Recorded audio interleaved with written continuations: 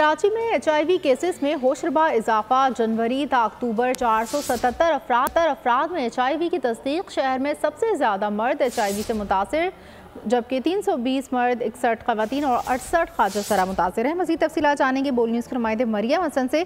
मरियम हसन, बताइएगा।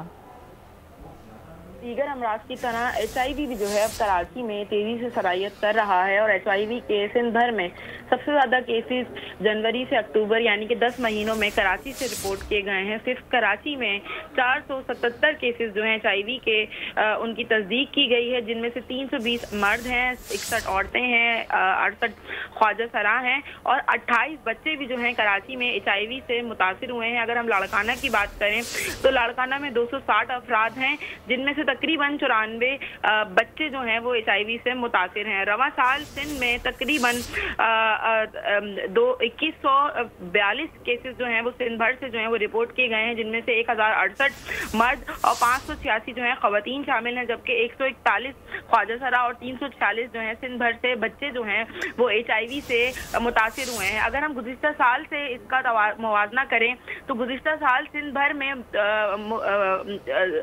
तकरीबन 1887 केसेस जो है वो HIV के सिंध भर से रिपोर्ट हुए थे सरकारी सतह पर, लेकिन रवा साल जो है हम देख रहे हैं कि सिर्फ 10 महीनों में 2100 से ज़ायद केसेस जो हैं वो सिंध भर से HIV के जो है वो रिपोर्ट किए गए। ठीक है, बहुत शुक्रिया मरियम हसन। सब्सक्राइब करें और बेल दबाएं ताकि कोई खबर रह न जाए।